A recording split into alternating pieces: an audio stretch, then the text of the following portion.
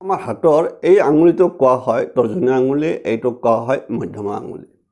যদি কোনো জাতক বা জাতিকাৰ এই তৰ্জনী আঙুলিটো যদি এনেকৈ দিওঁতে যদি আপোনাৰ মধ্যমা আঙুলিৰ পিনে থাকে, হালি থাকে বেছিকৈ, তেতিয়াহ'লে মনত ৰাখিব সেই জাতকৰ বিশেষকৈ বৃহস্পতিত কৰি শনিৰ প্ৰভাৱ বেছি থাকে।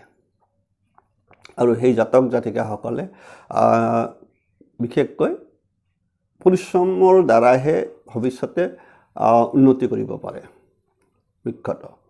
আৰু যদি আপোনাৰ আমাৰ এই তৰ্জনী আঙুলিটোৰ পিনে এই আঙুলিটো যদি এনেকৈ হালি থাকে, মানে আপোনাৰ এনেকৈ যাতে হালি ঠিক এনেকুৱাকৈ যে হালি থাকে, যদি ঠিক এনেকুৱাকৈ থাকে, তেতিয়াহ'লে আপোনাৰ জীৱনত বৃহস্পতিৰ প্ৰভাৱ বেছি থাকিব বিশেষকৈ।